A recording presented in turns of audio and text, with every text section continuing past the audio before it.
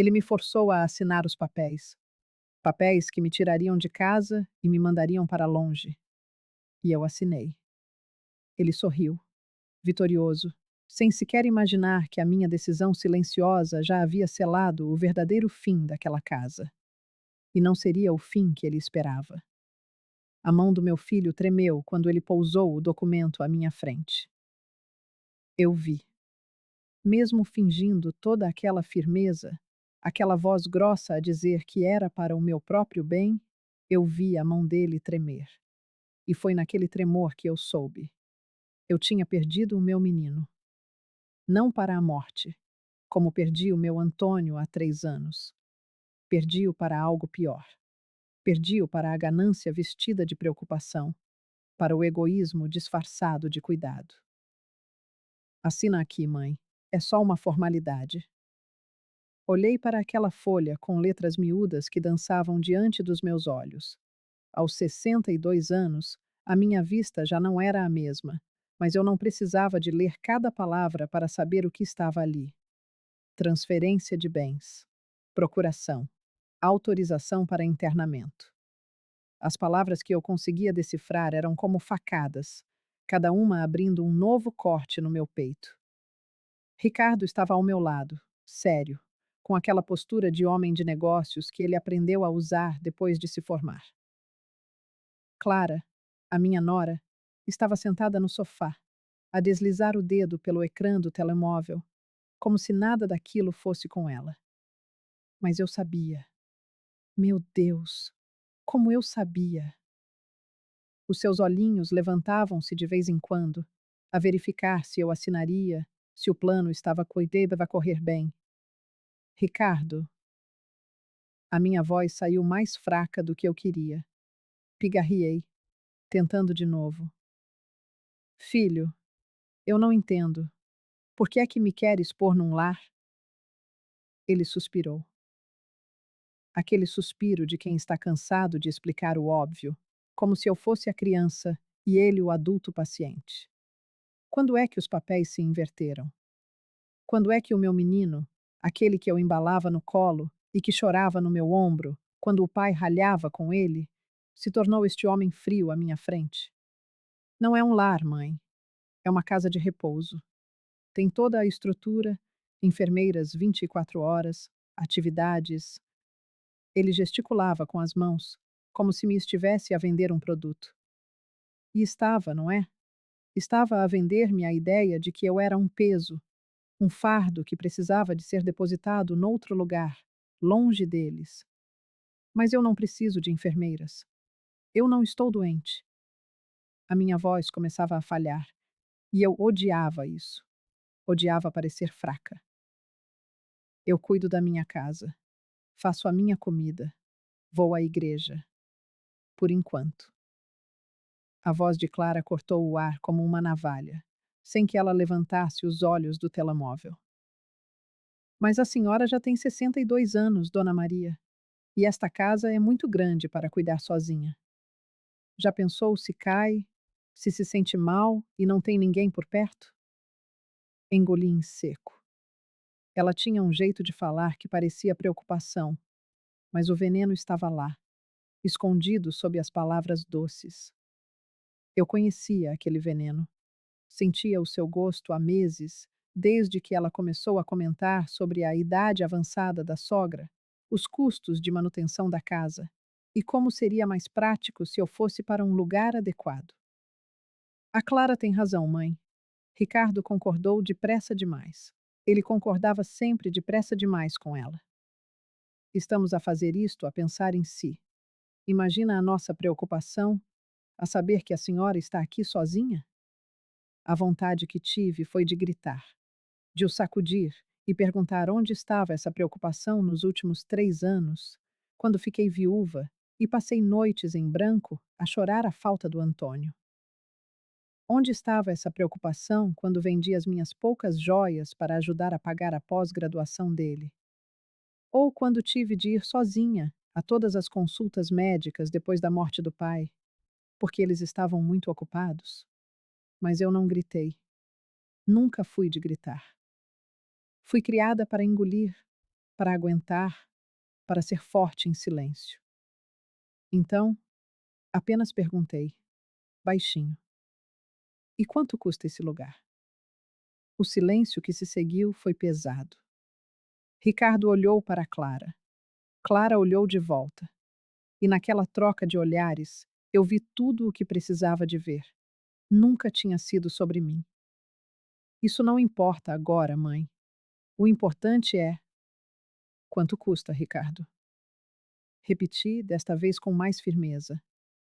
2.000 por mês, ele disse rápido, como quem arranca um penso. Mas é um ótimo lugar, tem tudo. 2.000? Quase me ri.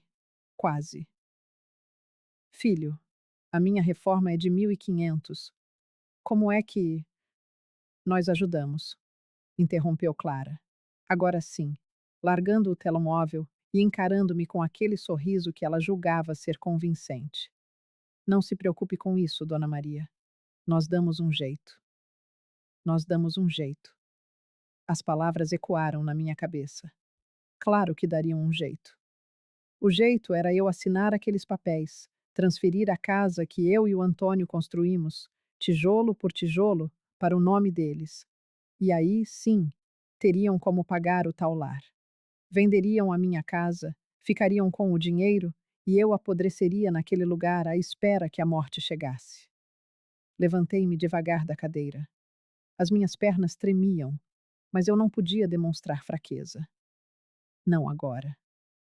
Peguei no papel e olhei-o com mais atenção, forçando a vista. Transferência total da propriedade. Renúncia de direitos. Procuração irrevogável. Preciso de pensar. Falei, dobrando a folha. Mãe, não há muito a pensar. Nós já visitamos o lugar, já falamos com os responsáveis. Eu disse que preciso de pensar, Ricardo. A minha voz saiu dura. Vi-o dar um passo atrás, surpreendido. Há muito tempo que eu não falava assim com ele. Clara levantou-se do sofá, e no seu movimento eu vi toda a sua irritação. A máscara caíra por um segundo. Dona Maria, com todo o respeito, a senhora está a ser egoísta. Estamos a tentar ajudar e a senhora. Egoísta? A palavra escapou-me antes que eu a pudesse conter. Eu sou egoísta? Clara, calma, tentou Ricardo intervir, mas ela já estava lançada. É, sim, nós aqui, preocupados, a gastar o nosso tempo a procurar o melhor lugar, e a senhora com esta resistência. Parece que não quer o seu próprio bem. Respirei fundo, 1, 2, 3 vezes. O meu coração batia descompassado e eu sentia aquela pressão no peito que o médico me mandara evitar. Saiam. A minha voz saiu rouca. O quê? Ricardo piscou confuso. Eu disse para saírem da minha casa. Agora. Mãe, está a exagerar.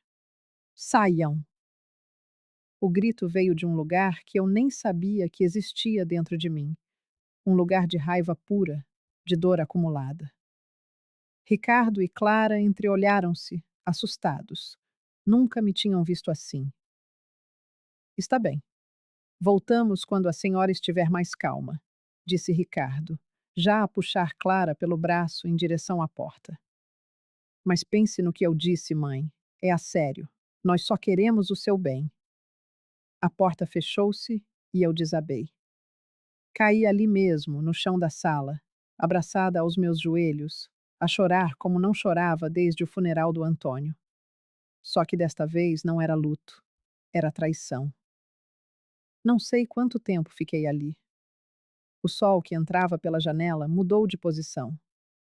Quando finalmente me levantei, já quase escurecia. Fui à cozinha, preparei um chá de camomila. O Antônio dizia sempre que chá de camomila resolvia tudo. Não resolvia, claro, mas o ritual acalmava. Sentei-me na cadeira onde tomei o pequeno almoço com o meu marido durante 40 anos. A mesma cadeira onde o Ricardo se sentava em criança, a balançar as perninhas que não chegavam ao chão. Quando é que tudo mudou? A resposta veio clara como água. Clara. Desde que ela entrou na vida dele, as coisas começaram a mudar, como um veneno administrado em pequenas doses. Lembrei-me de um Natal, há uns 15 anos. O Ricardo queria muito um computador portátil novo. Eu e o Antônio estávamos com pouco dinheiro, mas eu tinha um anel, o anel de formatura da minha mãe. Vendi-o sem contar a ninguém e comprei o computador. Lembro-me do rosto do meu filho ao abrir o presente. Ele chorou, abraçou-me com tanta força e disse: Obrigado, mãe. A senhora é a melhor mãe do mundo. Onde estava aquele menino agora? Tomei outro gole do chá, já frio. A noite tinha caído por completo. Levantei-me e acendi a luz. A minha casa estava organizada, limpa. Esta casa era o meu mundo, onde eu tinha criado o meu filho, amado o meu marido, vivido a minha vida. E agora queriam arrancar-me daqui? Caminhei pela casa, os meus passos a ecoarem no silêncio. Parei em frente a uma fotografia do Ricardo em criança. Devia ter uns 6 anos, um sorriso largo sem os dentes da frente. Ele tinha caído do baloiço e chorava com medo que não nascesse outro dente. Eu peguei-o ao colo e prometi-lhe que nasceria sim, um dente ainda mais bonito. E nasceu. E ele cresceu. E tornou-se este homem. O telefone tocou, sobressaltando-me. Eram 9 da noite. Estou? Maria? É você? A voz do outro lado era familiar. Quem fala? É o Sebastião. Sebastião Ferreira. Andamos juntos na escola, lembra-se? Sebastião? Claro. O menino tímido que se sentava à minha frente. Tínhamos perdido o contato há mais de 40 anos. Sebastião, meu Deus, há quanto tempo? Pois é. Voltei para a cidade. Reformei-me e decidi voltar às raízes. Soube do Antônio. Lamento muito, Maria. Obrigada. A minha voz falhou. Estou a tentar juntar os antigos colegas. Estamos a pensar fazer um encontro. Você viria? Um encontro. Com pessoas da minha idade que me conheceram quando eu era apenas a Maria. Não a mãe do Ricardo, não a viúva do Antônio. Apenas a Maria. Eu adoraria, respondi. E pela primeira vez naquele dia, um sorriso sincero rasgou o meu rosto. Ligue se precisar de qualquer coisa, ele disse.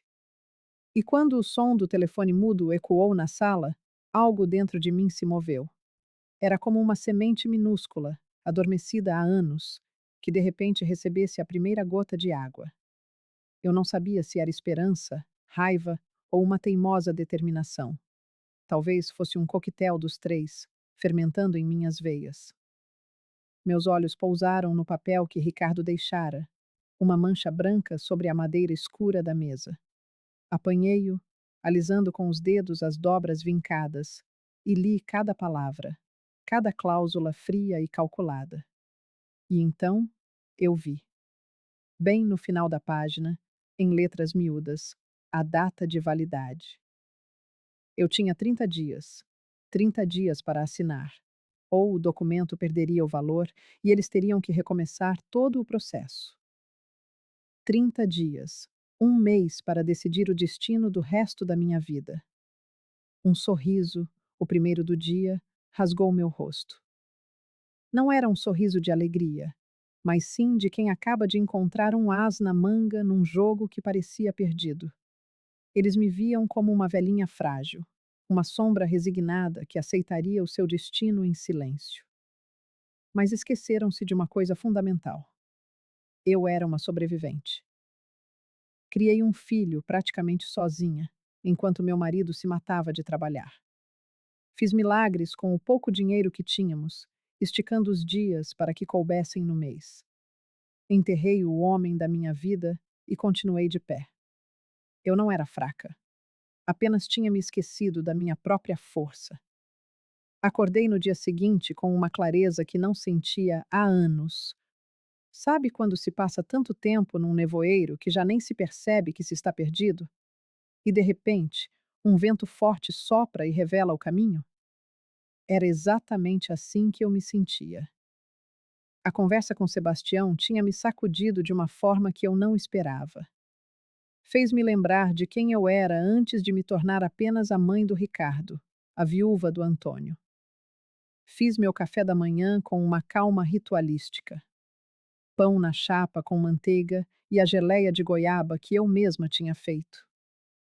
Sentei-me na varanda, algo que não fazia há meses, e fiquei ali, simplesmente a observar a rua despertar. A vizinha da frente a sair para o trabalho, o padeiro a passar com as entregas, a vida a acontecer, enquanto eu estivera trancada dentro de casa, dentro da minha dor, dentro da minha cegueira. Porque era isso, não era? Eu estava cega, cega para o que se desenrolava debaixo do meu nariz.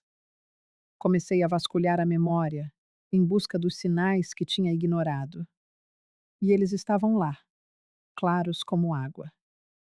Eu é que não quis ver. Lembrei-me de 6 meses atrás, pouco depois do segundo aniversário da morte do Antônio. Sentia-me mal, uma dor no peito, falta de ar. Liguei para o Ricardo, assustada, a pensar que era o coração. Ele veio, mas trouxe a Clara. E em vez de me levar ao médico como eu pedi, ela disse com um ar de superioridade: Ah, Dona Maria, isso é ansiedade. A senhora fica muito sozinha, a pensar em bobagens. Tome um chá de camomila que isso passa. Eu insisti. Disse que a dor era real, que precisava de ser examinada. E sabe o que a Clara fez? Riu. Aquele risinho de escárnio, como se eu fosse uma criança a fazer birra para chamar a atenção. Ricardo, a sua mãe é mesmo dramática? Ou é só comigo que ela faz este espetáculo? Esperei que o meu filho me defendesse. Esperei uma palavra. Mas ele apenas encolheu os ombros. Mãe, se a dor continuar, a senhora marca uma consulta. Mas a Clara tem razão. A senhora anda muito estressada. Precisa relaxar. Relaxar. Como se a dor fosse apenas uma invenção da minha cabeça. Acabei por ir sozinha ao posto de saúde, 3 dias depois. Era mesmo ansiedade. O médico confirmou. Mas podia não ter sido. E para eles, tanto fazia. Depois veio a história da minha aposentadoria. Com a morte do Antônio, passei a receber a pensão dele juntamente com a minha reforma. Não era muito, mas dava para viver com dignidade.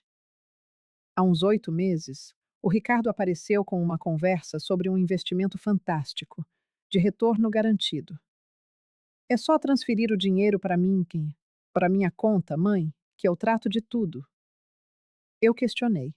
Quis saber que investimento era aquele, se era seguro. A irritação tingiu a voz dele. Acusou-me de não confiar nele, o filho formado em administração. A senhora quer viver na miséria o resto da vida ou quer ter uma velhice confortável? A Clara, ao seu lado, balançava-lhe a cabeça em concordância, como uma cúmplice silenciosa. No fim, não transferi. Algo dentro de mim gritou para não o fazer. E o que aconteceu? Ficaram semanas sem aparecer, sem sequer telefonar. Até que a Clara veio sozinha, com aquela sua cara de anjo, a pedir desculpa pelo mal-entendido. A gente só queria ajudar a senhora, Dona Maria. Mas tudo bem. A senhora sabe o que é melhor para si. O veneno escondido naquela voz, passivo-agressiva.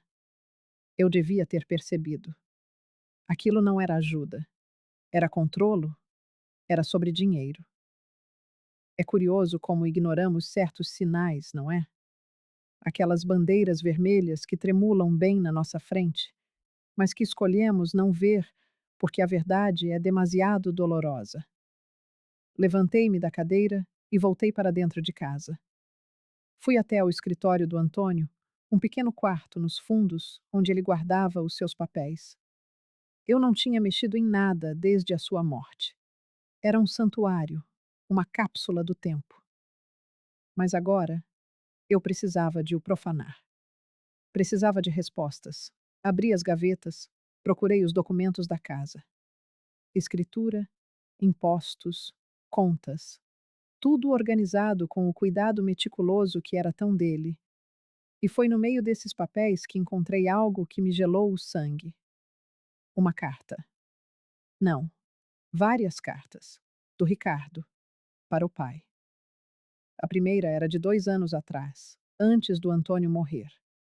Ricardo pedia dinheiro emprestado para um negócio urgente, prometendo devolver em 3 meses. A segunda, um mês depois, pedia mais, com a mesma promessa. A terceira já não era um pedido, era quase uma exigência. Pai, eu preciso deste dinheiro. É sério. Se o senhor não me ajudar, eu perco tudo. A Clara está grávida. Precisamos de uma casa maior. O senhor não pode deixar o seu neto crescer num apartamento apertado. Grávida? A Clara nunca esteve grávida. Pelo menos que eu soubesse. Continuei a ler, a mão a tremer. A quarta carta era a resposta do Antônio. Um rascunho que aparentemente nunca foi enviado. A letra estava mais trêmula do que o habitual. Filho, eu já te dei tudo o que podia. Vendi as minhas ferramentas para te ajudar da primeira vez. Pedi emprestado ao teu tio da segunda. Não tenho mais de onde tirar. A casa é da tua mãe também. Não posso vendê-la sem ela saber. E tu prometeste devolver. Já passaram 4 meses e nem tocas no assunto. Onde está o negócio? Filho, eu estou doente. A tua mãe não sabe, mas o médico disse que é grave. Preciso de guardar o que temos para o tratamento, para a deixar segura quando eu já não estiver cá. Não te posso dar mais nada. Caí sentada no chão, as cartas espalhadas à minha volta. O meu Antônio. Ele tinha me protegido até ao fim. Sabia que estava doente e não me contou. Sabia que o Ricardo o estava a sangrar e não me contou. Aguentou tudo sozinho para nos proteger. E o Ricardo? Tinha explorado o pai até a última gota, inventando uma gravidez para o manipular. E quando o pai adoeceu, quando mais precisou de apoio, onde estava ele? Chorei. Chorei pelo meu marido, que carregou aquele fardo sozinho. Chorei por mim, pela minha ingenuidade, e chorei pelo filho que pensei ter criado, mas que, afinal, nunca existiu. Quando finalmente me levantei, já era noite. Juntei as cartas com cuidado e guardei-as num envelope. Eram a minha prova, a prova do caráter do meu filho. A prova de que aquela história do asilo nunca fora sobre cuidado. Fora sempre sobre dinheiro. O telefone tocou. Era o Ricardo. Olá, mãe. Estive a pensar no que aconteceu ontem. Nós exageramos. Desculpa a forma como falamos, mas já pensou sobre os papéis? A voz dele era mansa, a mesma voz que usava em criança quando queria alguma coisa. Ainda estou a pensar, respondi, a voz surpreendentemente neutra. É que o prazo está a correr, não é? E quanto antes resolvermos isto, melhor para todos. Entendo. Vou pensar mais uns dias. Mãe, ele suspirou. Olha, a Clara disse coisas que não devia. Ela estava estressada. Mas nós te amamos. Sabe disso, não é? É por amor que te queremos num lugar seguro. Amor. Que palavra curiosa. O meu marido amava-me.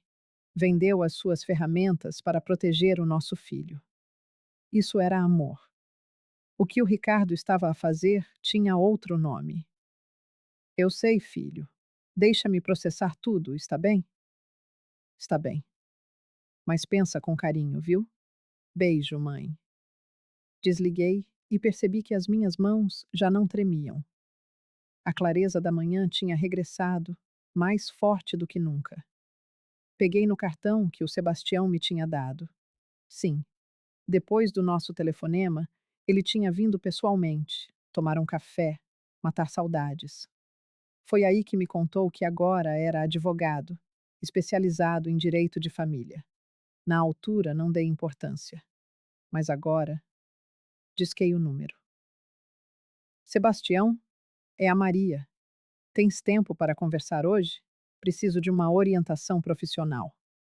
Ele chegou 1 hora depois, com aquele seu jeito tranquilo de sempre. Contou-me tudo: os papéis, o asilo, as cartas, o dinheiro, as manipulações. Ele ouviu em silêncio, a tomar notas num pequeno caderno. Maria, disse ele por fim, o que eles estão a tentar fazer é tecnicamente legal. Se assinares, perdes tudo. A casa passa para o nome deles e tu ficas dependente da boa vontade deles. Podem colocar-te onde quiserem. Eu não vou assinar. Ótimo. Mas eles podem tentar outras vias, alegar que está senil, tentar uma interdição. Um arrepio percorreu-me a espinha. Eles fariam isso? Sebastião olhou-me com seriedade. Pelo que me contaste, fariam. Então, o que é que eu faço? Precisas de um plano e de agir primeiro.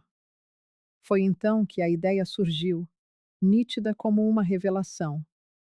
E se eu doasse a casa? Doar a quem? A um lar. Mas um bom, em troca de uma vaga vitalícia, com todos os cuidados. Um sorriso lento formou-se no rosto do Sebastião.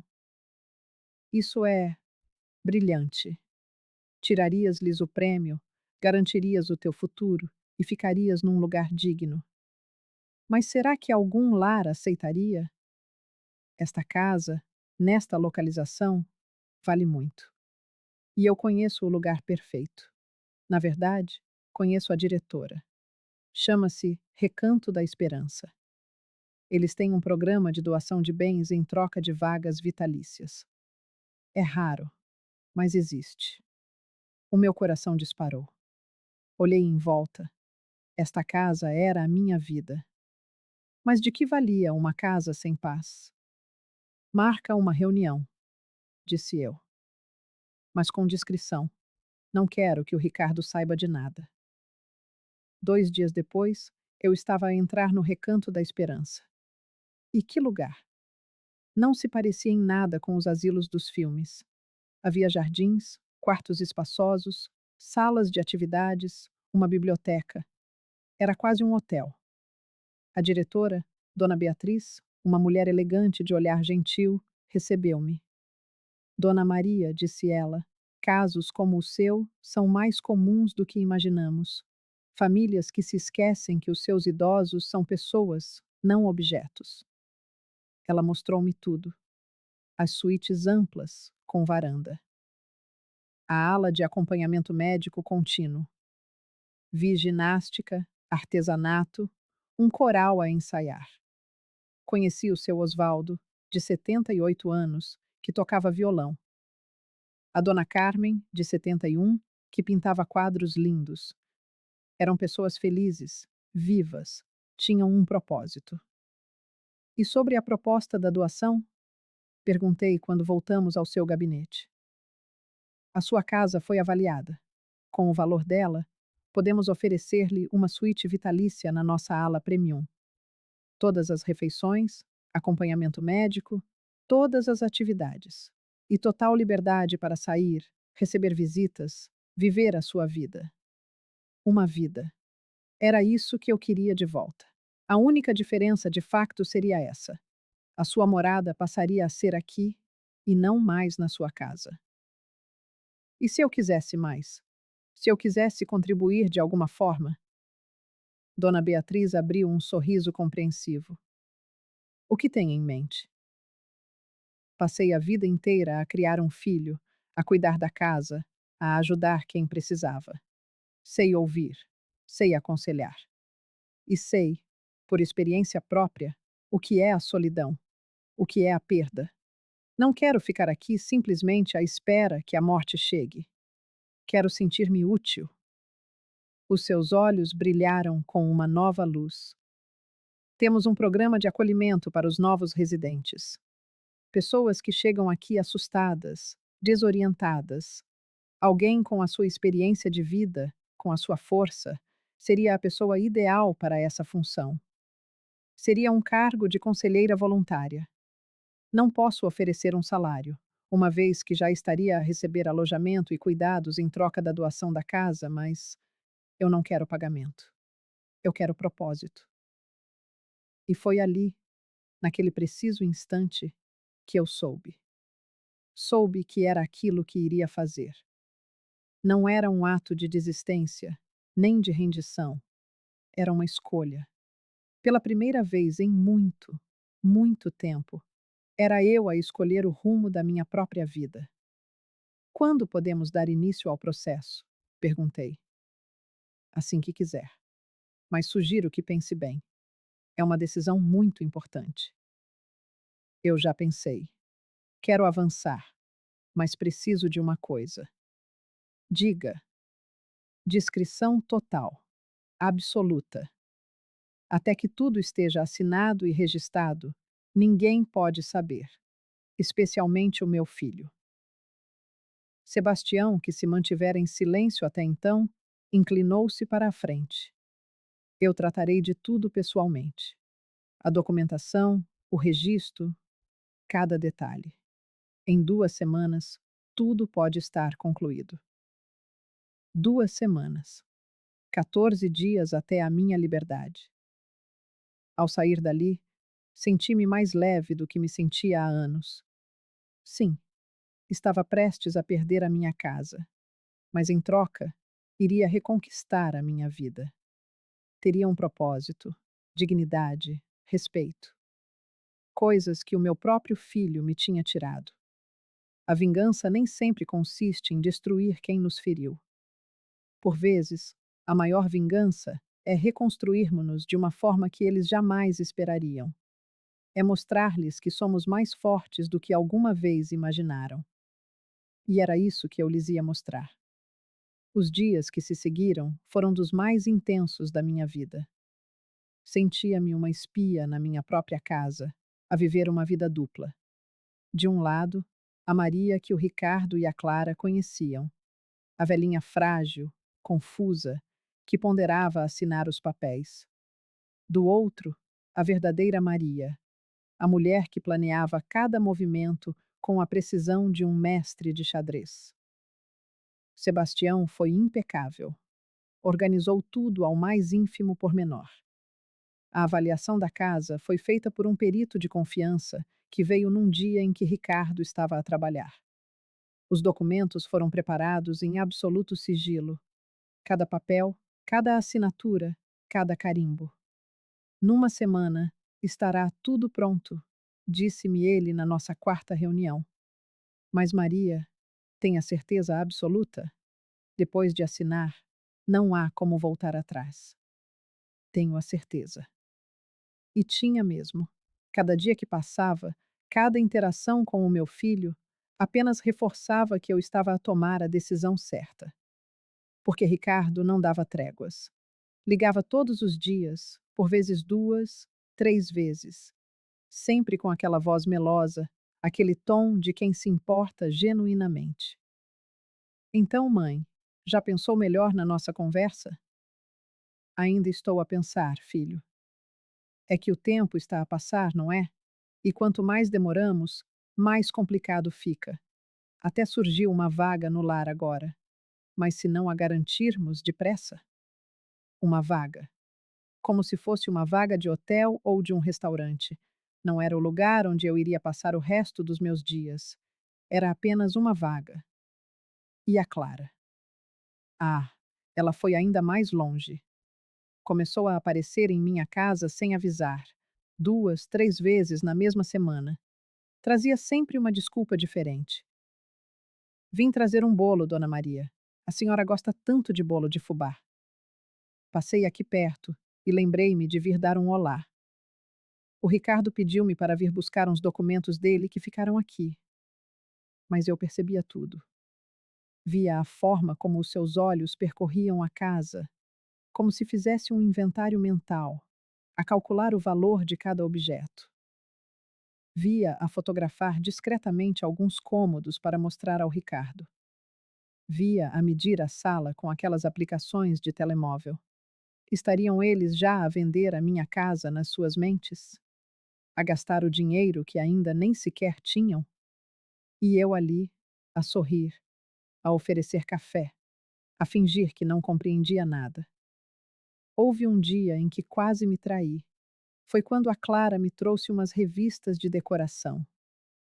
Olhe, Dona Maria, separei aqui umas ideias para decorar o seu quartinho no lar, para ficar mais com a sua cara, sabe? Ela abriu as revistas à minha frente. Eram imagens de quartos minúsculos, uma cama, um armário pequeno, uma cadeira. Tudo apertado, impessoal, sem vida. A senhora pode levar algumas fotografias, uns bibelôs. Vai ver que fica aconchegante. Aconchegante? A palavra ecoou na minha cabeça e acendeu em mim uma raiva tão profunda que tive de cerrar os punhos debaixo da mesa para não gritar. De toda a minha casa, de toda a minha vida, eu poderia levar alguns bibelôs. Que bonito. Foi tudo o que consegui dizer. Não é? Eu sabia que ia gostar. Ah, e outra coisa. O Ricardo estava a pensar que depois de a senhora se mudar, podíamos fazer uma renovação aqui na casa antes de a vendermos. Pintar, mudar o chão, essas coisas. Valoriza muito o imóvel. Então era isso. Vender. Já nem se davam ao trabalho de disfarçar. Vocês vão vender a casa? Perguntei, fingindo surpresa. Oh, Dona Maria, não acha que é o melhor? Quer dizer, para que manter esta casa parada a pagar impostos, luz, água? É dinheiro deitado fora. E com o dinheiro da venda, garantimos que a senhora terá tudo o que precisa no lar. Garantem que eu vou ter, claro, com o dinheiro da minha casa. Faz sentido, murmurei. Então está decidido. Ah, que alívio! Vou já ligar ao Ricardo. Ele vai ficar tão feliz. Ela levantou-se, já com o telemóvel na mão, a marcar o número. Tive de intervir. Clara, espere. Eu não disse que está decidido. Eu disse que faz sentido. Mas eu ainda preciso de processar tudo isto. Vi um lampejo de irritação cruzar-lhe o rosto. Durou apenas um segundo, mas foi o suficiente para ver a máscara a cair. Processar o quê, Dona Maria? A senhora quer ficar aqui sozinha, a correr riscos, ou quer ir para um lugar seguro onde cuidam de si? É simples. Não é simples para mim. É a minha vida. É a minha casa. Era a sua casa, corrigiu ela, e o tom de voz mudara por completo. Já não era a nora gentil. Era outra pessoa. Agora, a senhora precisa de pensar no que é melhor para todos. E o melhor é assinar estes papéis o mais depressa possível e parar de nos enrolar. Clara, a senhora acha que temos tempo para estas idas e vindas, a tentar convencê-la de algo que é óbvio? Interrompeu-me. Eu e o Ricardo trabalhamos, Dona Maria. Temos os nossos compromissos. Estamos a fazer um esforço enorme para cuidar de si. E a senhora continua com esta lenga-lenga. Fiquei em silêncio. Se abrisse a boca, diria coisas que não devia. Ainda não era tudo, não era a altura. Faltavam poucos dias. Ela pegou na mala, furiosa. Vou dizer ao Ricardo que a senhora está a ser difícil outra vez. E olhe, Dona Maria, eu estou a ficar cansada desta situação. Ou a senhora se decide rapidamente, ou seremos nós a tomar as devidas providências. Que tipo de providências? Perguntei, sentindo um arrepio na espinha. As necessárias, respondeu, e saiu, batendo a porta com força. Fiquei ali, sentada, a tremer. Providências. Sebastião tinha me avisado. Interdição. Podiam tentar declarar-me legalmente incapaz. Peguei no telefone e liguei-lhe. Eles podem mesmo internar-me à força? Podem tentar, mas seria um processo longo. Precisariam de uma avaliação médica, de provas concretas. E você está perfeitamente lúcida, Maria. Qualquer médico isento pode atestar isso. Mas e se eles arranjarem um médico que. Isso não vai acontecer. Tenha calma. Faltam apenas 4 dias. Na sexta-feira assinamos tudo e fica registrado. Na segunda-feira, a Maria já será legalmente residente do recanto. Eles não terão tempo para fazer nada. 4 dias. 96 horas. Seria eu capaz de aguentar? Naquela noite, Ricardo apareceu, sozinho. Bateu à porta, já era tarde, quase 9 da noite. Posso entrar? Deixei-o. Ele entrou, mas não se sentou. Permaneceu de pé, no meio da sala, com as mãos nos bolsos, naquela postura de quem preferia estar em qualquer outro lugar. A Clara contou-me que discutiram. Nós não discutimos. Ela exaltou-se. É porque ela está preocupada, mãe. Nós estamos a tentar ajudar, e parece que a senhora não quer ser ajudada. Respirei fundo. Ricardo, senta-te aqui. Vamos conversar a sério. Ele hesitou, mas acabou por se sentar. Ficamos um em frente ao outro, e eu esforcei-me por ver o meu filho naquele homem. Tentei encontrar o menino que embalei, que me abraçava, que dizia que me amava. Lembraste de quando tinhas 8 anos e partiste o braço? Comecei. Ele franziu o sobrolho. Lembro. Caí da bicicleta. Caíste porque estavas a andar depressa demais, a querer mostrar aos teus amigos que eras corajoso. E quando caíste, vieste a correr para casa, a chorar, com o braço torcido. Lembraste do que eu fiz? Levou-me ao hospital. Levei, sim. Mas antes disso, abracei-te. Peguei-te ao colo, mesmo já sendo um rapaz grande, e disse-te que tudo ia ficar bem. E tu choraste no meu ombro durante todo o caminho até as urgências. E depois, quando te puseram o gesso, tiveste medo de ir à escola porque achavas que se iam rir de ti. E eu fui contigo. No primeiro dia, entrei na sala, falei com a professora, expliquei aos teus amigos. Lembraste? Ele acenou com a cabeça, em silêncio. E quando o teu pai faleceu, vieste para aqui, sentaste-te nesse mesmo sofá e choraste como uma criança outra vez. E o que é que eu fiz? Abracei-te, amarei-te, disse-te que íamos superar aquilo juntos. Mãe, onde é que quer chegar com isto? Quero chegar ao ponto em que agora sou eu quem precisa do abraço. Sou eu quem está assustada. Sou eu quem tem medo. E em vez de me abraçares, estás a tentar expulsar-me da minha própria casa. Vi algo cruzar-lhe o olhar. Dor? Culpa? Não sei dizer, mas desapareceu depressa. Não é expulsá-la, mãe. É garantir que a senhora terá os cuidados de que precisa. Cuidados? Ricardo, olha-me nos olhos e diz-me: estás realmente preocupado comigo? Ou estás mais preocupado com a herança? O silêncio que se seguiu foi pesado, denso. Ele desviou o olhar. Como é que a senhora pode pensar uma coisa dessas de mim? Porque eu encontrei as cartas. Ele empalideceu. Que cartas? As cartas que mandavas ao teu pai a pedir dinheiro.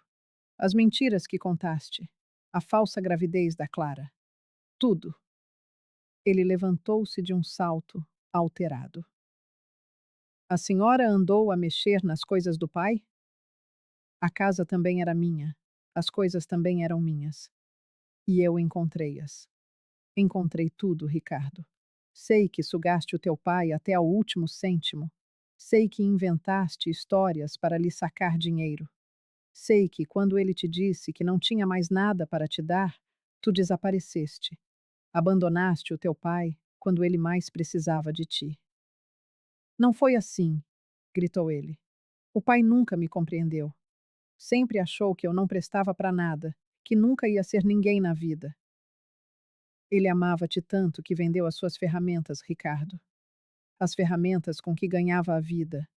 Ele ficou sem o seu sustento por tua causa. E tu, nem sequer lhe devolveste o dinheiro. Eu ia devolver. O negócio correu mal. A culpa não foi minha. E a gravidez da Clara? Isso também correu mal? Ele corou violentamente. Isso foi um mal-entendido. Pensávamos que ela estava grávida, mas vocês mentiram, inventaram uma história para manipular o teu pai e agora estão a fazer o mesmo comigo. Não é a mesma coisa, gritou, dando um soco na mesa que me fez estremecer. A senhora não percebe. Nós precisamos desta casa. Temos dívidas, mãe. Muitas dívidas. E esta casa é a nossa única solução. Finalmente, a verdade. Crua, feia, mas era a verdade. Então é isso. Não é sobre cuidar de mim, é sobre dinheiro. Ele passou a mão pelo rosto, um gesto de puro cansaço. Quando voltou a olhar para mim, já não havia raiva nos seus olhos. Havia apenas desespero. Mãe, eu estraguei tudo, tudo. Investi em negócios errados, confiei nas pessoas erradas. Devemos muito dinheiro a muita gente. E se não pagarmos em breve, vão tirar-nos o apartamento. Vamos ficar na rua. E a solução é porem-me a mim na rua? A senhora não vai ficar na rua, vai para um lar. Um lar barato que vocês escolheram, enquanto usam o dinheiro da venda da minha casa para pagar as vossas dívidas. Ele voltou a sentar-se, derrotado. Eu não queria que fosse assim. Juro que não. Mas eu não tenho outra escolha. Toda a gente tem uma escolha, Ricardo. Tu escolheste gastar o que não tinhas. Escolheste mentir ao teu pai. Escolheste manipular-me. Foram tudo escolhas tuas. E a senhora? O que é que vai escolher? Vai deixar-me afundar? Olhei para o meu filho, para aquele homem destroçado à minha frente. Uma parte de mim, o meu instinto de mãe, queria ajudá-lo. Mas outra parte, a parte que finalmente despertara após anos de dormência, sabia a verdade. Se o ajudasse agora, ele nunca aprenderia, nunca mudaria. E eu passaria o resto da minha curta vida a ser sugada por ele. Vou escolher-me a mim, Ricardo. Pela primeira vez na vida, vou escolher-me a mim. Ele olhou para mim como se eu lhe tivesse esbofeteado o rosto. Depois, levantou-se e caminhou até a porta. Antes de sair, virou-se e disse: A senhora vai arrepender-se disto. Teremos de tomar medidas legais. A senhora já não está no seu perfeito juízo. Podes tentar, respondi, e a minha voz não tremeu. Mas vais perder. Ele saiu. E eu fiquei ali, sozinha na sala, a ouvir o som do motor do seu carro a afastar-se na noite. E sabem o que eu senti? Alívio. Um alívio imenso. A máscara tinha caído por completo. Já não havia fingimento. Eu sabia exatamente quem era o meu filho. Na manhã seguinte, Sebastião ligou-me bem cedo. Maria, aconteceu uma coisa. O Ricardo procurou um advogado. Ele está a tentar obter uma liminar para a sua interdição, alegando que a Maria já não tem capacidade para tomar as suas próprias decisões. Senti o chão a fugir-me debaixo dos pés. Ele pode conseguir? Não sem uma avaliação médica. E eu já tratei disso. Tenho uma consulta hoje à tarde com uma psiquiatra da minha confiança. Ela vai fazer uma avaliação completa e atestar a sua capacidade. E se ela achar que. Maria, você está lúcida, mais lúcida do que muita gente que eu conheço. Ela vai atestar a seu favor. Confie em mim. A consulta nessa tarde foi interessante. A doutora Helena era uma mulher de postura séria, a rondar os 40 anos. Submeteu-me a um interrogatório minucioso, perscrutando a minha vida, as minhas memórias, cada decisão que tomei. Pediu-me que resolvesse problemas de matemática, que memorizasse sequências, que tomasse decisões em cenários hipotéticos. No final, um sorriso rasgou-lhe o rosto profissional. Dona Maria, a senhora está em perfeita posse das suas faculdades. Vou emitir um laudo completo. Fez uma pausa e acrescentou, com genuína admiração: E se me permite, admiro a sua coragem. Coragem? De se defender. Muitas pessoas, na sua situação, simplesmente desistem. Deixam que os filhos façam o que bem entendem. A senhora está a lutar. Isso é bravura. Saí do consultório com o laudo na mão, a prova documental de que eu não era louca, senil ou incapaz. Eu era uma mulher de 62 anos, viúva, a tomar decisões conscientes sobre a sua própria vida. Na quinta-feira, véspera da assinatura final, Ricardo e Clara surgiram, sem avisar. A campainha soou, insistente, agressiva, até que me vi forçada a abrir. Precisamos de conversar, disse Ricardo, e o tom já não era o de um filho, mas sim o de um adversário. Deixei-os entrar. Ficamos os três na sala, de pé, a medir-nos com o olhar. Ninguém se sentou. Ficamos a saber que andou numa psiquiatra. Começou Clara, a voz carregada de acusação. Está a tentar provar que não está louca. Estou a provar que estou sã. Há uma diferença. Mãe, pare com isto. Ricardo estava visivelmente nervoso, caminhando de um lado para o outro como um animal enjaulado. Não queremos discutir, só queremos resolver isto de forma civilizada. Civilizado seria respeitarem-me, aceitarem as minhas decisões. As suas decisões estão erradas, explodiu Clara. A senhora está a ser egoísta, teimosa, difícil. Estamos a tentar ajudar, e a senhora age como se fôssemos seus inimigos. Vocês não são meus inimigos, são meus ladrões. O silêncio que se instalou era denso, cortante como vidro. O rosto de Clara tingiu-se de um vermelho furioso. Ricardo parou abruptamente a sua caminhada. Ladrões? Repetiu ele, a voz um sussurro incrédulo. Sim, queriam roubar a minha casa, a minha dignidade, a minha liberdade. Se isso não é roubo, então não sei o que é. A casa é minha por direito, gritou Ricardo. Eu sou seu filho, o seu único filho. Essa casa será minha quando a senhora morrer de qualquer maneira. Será? Sorri, um sorriso tingido de uma tristeza profunda. Tem assim tanta certeza? Vi o pânico faiscar nos seus olhos. O que é que a senhora quer dizer com isso? Quero dizer que esta casa é minha, e eu faço com ela o que eu bem entender. Clara deu um passo em minha direção, ameaçadora. A senhora não vai fazer nada. Vai assinar aqueles papéis e ir para o lar. E se não for a bem, será a mal. Isso é uma ameaça? É um aviso. Peguei no telefone. Sebastião, pode vir aqui? Agora. Ele chegou em menos de 15 minutos. Quando Ricardo viu o advogado entrar, ficou lívido. O que é que ele está a fazer aqui? O Sebastião é meu advogado e meu amigo. E vai ser testemunha desta conversa. Testemunha de quê? Clara estava agora claramente nervosa. Das ameaças, da coação, de tudo o que disseram hoje. Sebastião tirou um pequeno gravador do bolso.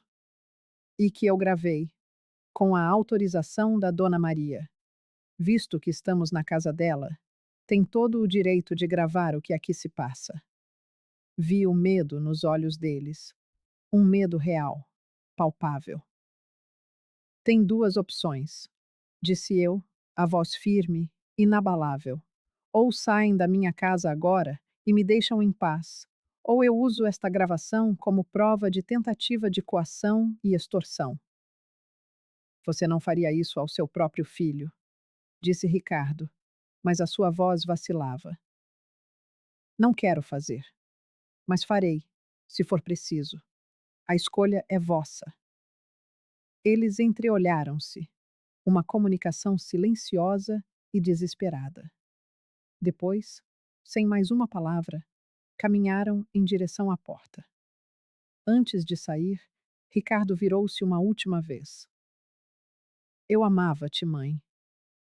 Amavas? Sorri com tristeza. No tempo passado, filho?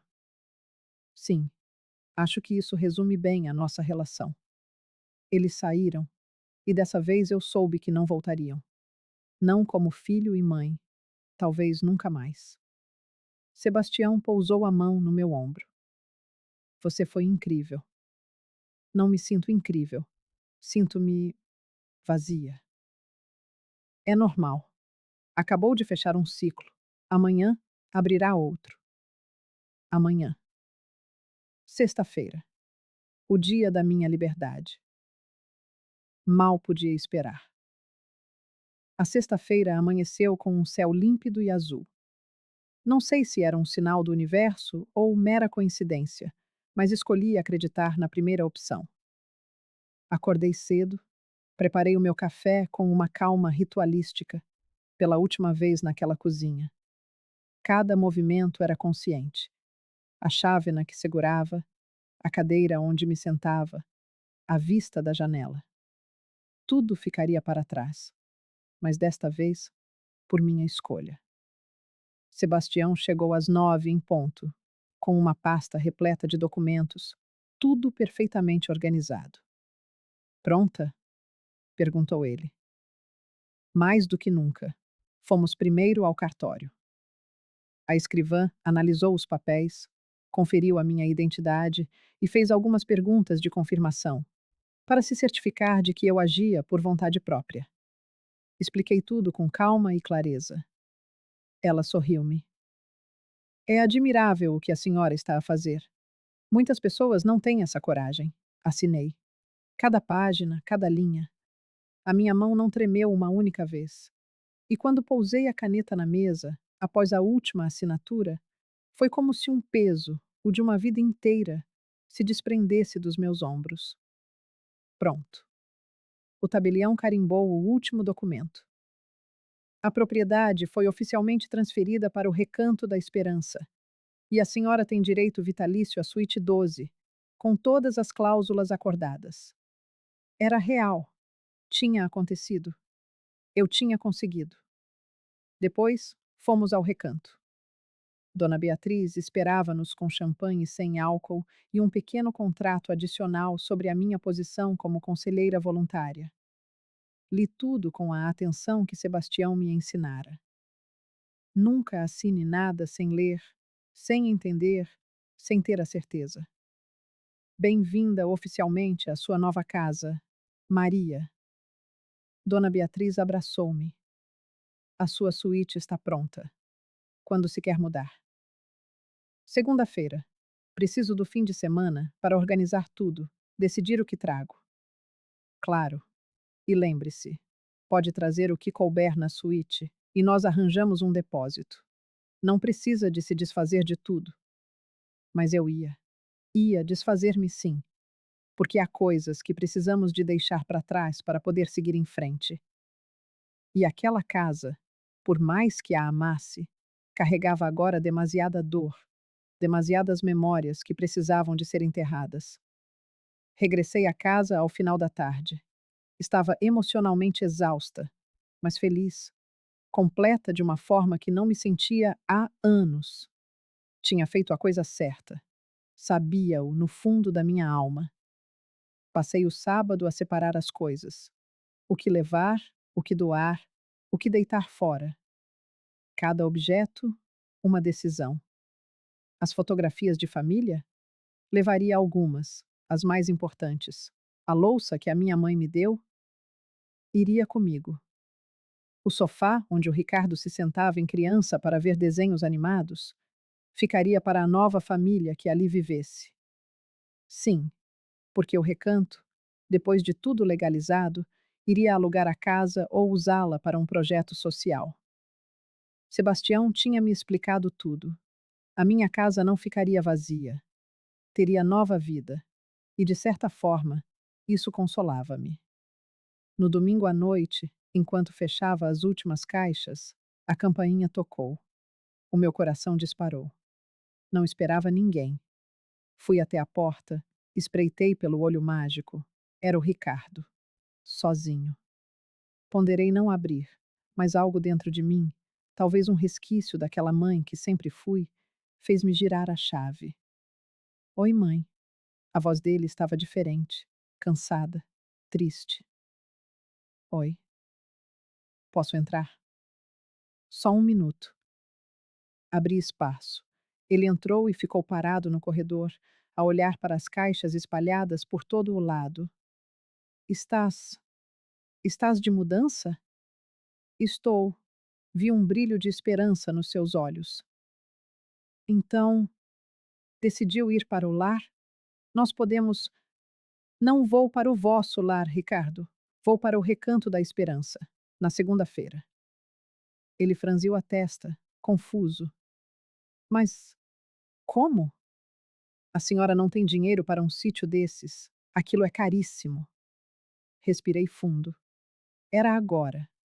O momento que eu temia e ansiava em igual medida. Eu doei a casa. O silêncio que se seguiu foi absoluto, pesado. Ele olhava para mim como se eu tivesse falado numa língua estrangeira. O quê? Doei a casa ao Recanto, em troca de um lugar vitalício numa suíte e de uma posição como conselheira. Está tudo assinado, registrado. Legal. Vi a cor abandonar o seu rosto. Vi o choque, a raiva e o desespero desfilarem nos seus olhos em rápida sucessão. Você não fez isso. A voz dele saiu rouca, um arranhar na garganta. Você não pode ter feito isso. Fiz. Na sexta-feira, no cartório. Mas essa casa é minha. O grito ecoou pelas paredes vazias. Era a minha herança. Você não tinha o direito. Era a minha casa, Ricardo. Minha e do teu pai. Nós construímos-la tijolo a tijolo e eu tinha todo o direito de fazer com ela o que eu quisesse. Você destruiu-me. Ele estava fora de si, as veias a saltarem-lhe no pescoço. Nós temos dívidas. Vamos perder tudo. E você? Você fez isto de propósito. Fiz o que era melhor para mim. Pela primeira vez na vida, coloquei-me em primeiro lugar. Eu sou seu filho. E eu sou tua mãe. Gritei de volta, e a minha voz saiu mais forte que a dele. Fui tua mãe a vida inteira. Alimentei-te, vesti-te, criei-te. Vendi as minhas joias para te dar o que querias. O teu pai vendeu as ferramentas dele por ti. E quando nós precisamos, onde é que tu estavas? Onde estavas quando o teu pai morreu? Onde estavas quando eu chorei sozinha durante meses a fio? Onde estavas quando eu precisei de um abraço, de uma palavra, de uma presença? Eu tinha a minha vida, e eu não tinha direito a ter uma vida também. Tinha de existir apenas para te servir? Ele passou as mãos pelo cabelo, desesperado. Mãe, por favor, desfaça isto. Ainda dá tempo. Nós vamos ao cartório. Revertemos. Não dá para reverter. E mesmo que desse, eu não o faria. Você está a matar-me. Ele caiu de joelhos no chão. Literalmente caiu de joelhos e começou a chorar convulsivamente. Está a destruir-me. Eu vou perder tudo. Tudo. E sabem o que eu senti ao ver o meu filho ali, no chão, a chorar? Dor. Uma dor imensa, porque uma parte de mim ainda era mãe. Uma parte de mim queria abraçá-lo, dizer que tudo ficaria bem, resolver o problema dele. Mas eu não podia, porque se o fizesse, estaria a matar-me a mim mesma. E eu já tinha morrido pequenas mortes durante tempo demais. Ricardo, levanta-te, falei baixinho. Levanta-te e escuta-me. Ele ergueu-se devagar, as lágrimas a escorrerem-lhe pelo rosto. Estás nessa situação porque fizeste escolhas erradas. Mentiste ao teu pai, inventaste histórias, pediste dinheiro que nunca devolveste. Gastaste muito para além do que tinhas. Essas foram as tuas escolhas, não as minhas. E as consequências também são tuas. Mas você é minha mãe. Exatamente. Sou tua mãe, não a tua salvadora, não o teu banco, não a tua propriedade. Sou uma mulher de 62 anos que merece viver com dignidade os anos que lhe restam. E era isso que tu me ias tirar. Eu não ia. Ias, sim. Ias colocar-me num lar barato, vender a minha casa, ficar com o dinheiro e esquecer-me lá. Vocês nem sequer tentaram disfarçar. A Clara até trouxe revistas de decoração para um quarto minúsculo. Ele baixou a cabeça. Não havia como negar. E sabes o que é pior, Ricardo? Não é ter perdido a casa, é ter perdido a ti, o filho que eu criei, que eu amei, por quem sacrifiquei tudo. Esse filho já não existe. No lugar dele, há um homem que eu não reconheço. Mãe, não, deixa-me terminar. Passei a vida inteira a colocar toda a gente à minha frente. O teu pai, tu, a família. Eu era sempre a última. E olha onde isso me trouxe. Trouxe-me a um lugar onde o meu próprio filho tentou roubar-me a dignidade. Por isso, não, Ricardo. Desta vez, não. Desta vez eu escolho a mim. Ele ficou ali, parado, sem saber o que dizer. E foi nesse silêncio que eu finalmente o vi como ele realmente era. Não o menino doce a quem eu dava colo, não o filho carinhoso que me abraçava, mas um homem egoísta, manipulador, que só se importava comigo enquanto eu lhe era útil. E dói reconhecer isto. Dói mais do que qualquer coisa que já senti na vida. Mas era a verdade. Quero que vás embora agora, disse eu, controlando as lágrimas. E não voltes. Mãe, por favor. Vai-te embora. Ele lançou-me um olhar que carregava raiva, mágoa e desespero. Depois, virou costas e saiu. Ouvi a porta bater, o carro a arrancar, o som a desaparecer ao longe. E então, eu desabei. Chorei como não chorava há muito tempo. Chorei pelo filho que perdi. Chorei pela família que já não tinha. Chorei por tudo aquilo a que tinha renunciado na vida. Mas, por entre as lágrimas, havia algo mais. Havia alívio, havia liberdade, havia a sensação de que, pela primeira vez em décadas, eu era dona da minha própria vida. A segunda-feira chegou demasiado rápido e demasiado devagar, ao mesmo tempo. Sebastião veio buscar-me com uma carrinha que a dona Beatriz tinha enviado. Carregamos as caixas, as malas, os sacos.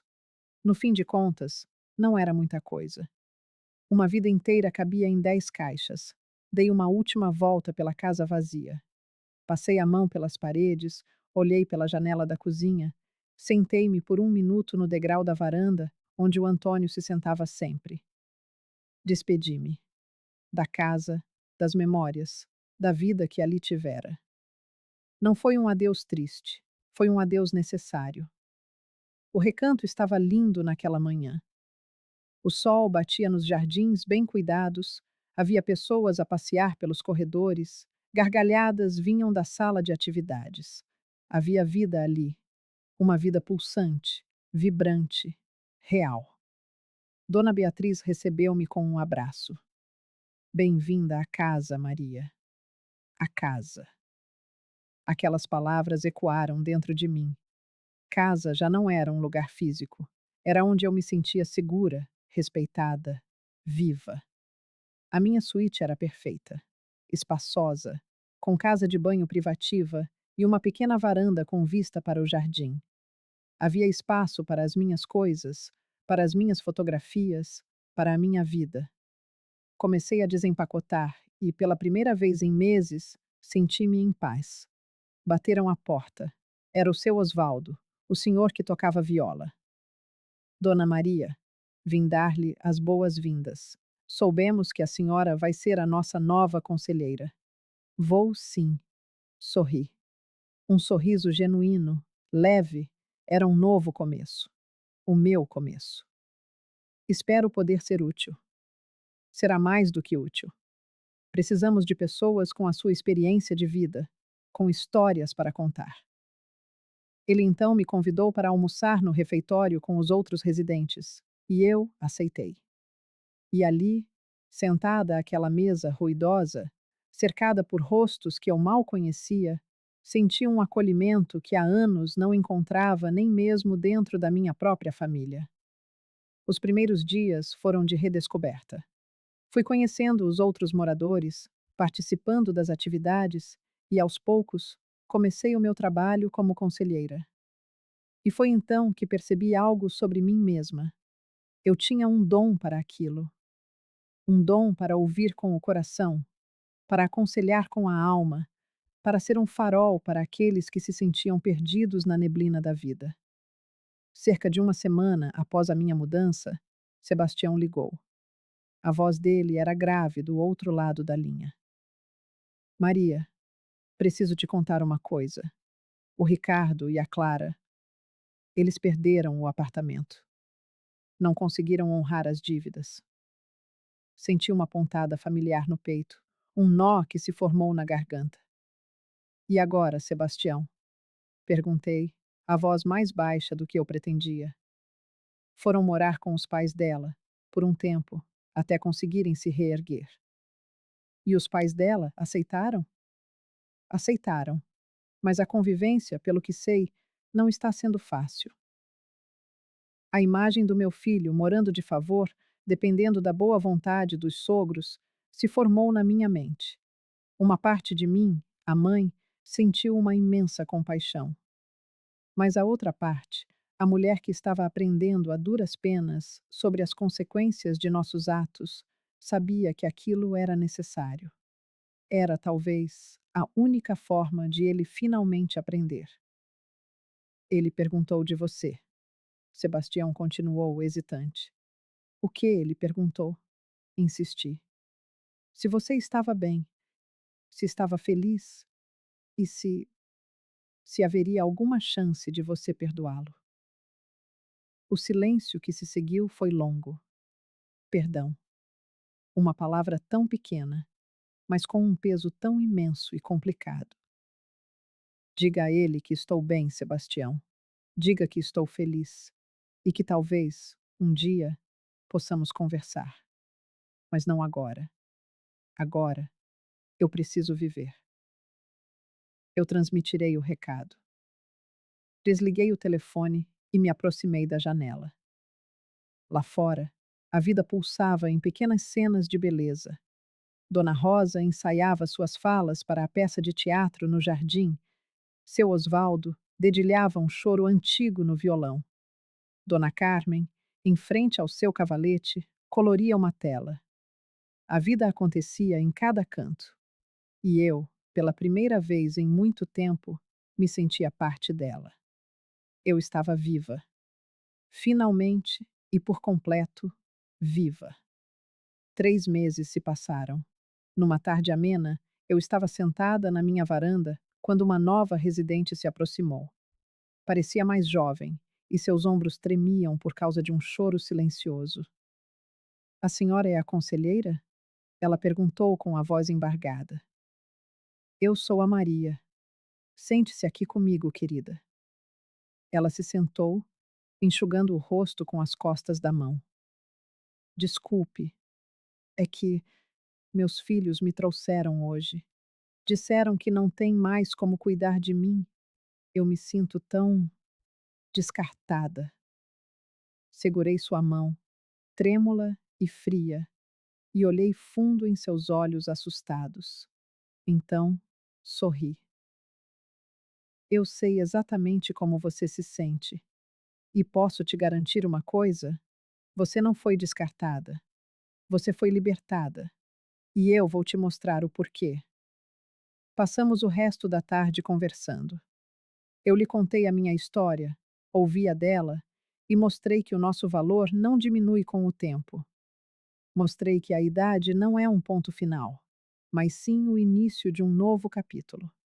E quando ela finalmente se levantou para ir embora, vi em seus olhos algo que eu conhecia muito bem: uma pequena e reluzente faísca de esperança. Foi naquele exato momento que a compreensão me atingiu em cheio. O que eu havia feito ao sair da casa do meu filho não fora um ato de vingança, nem de raiva. Fora um ato de amor próprio. Fora a decisão de não permitir que me tratassem como um objeto sem valor. Fora a minha voz, finalmente, declarando: eu importo.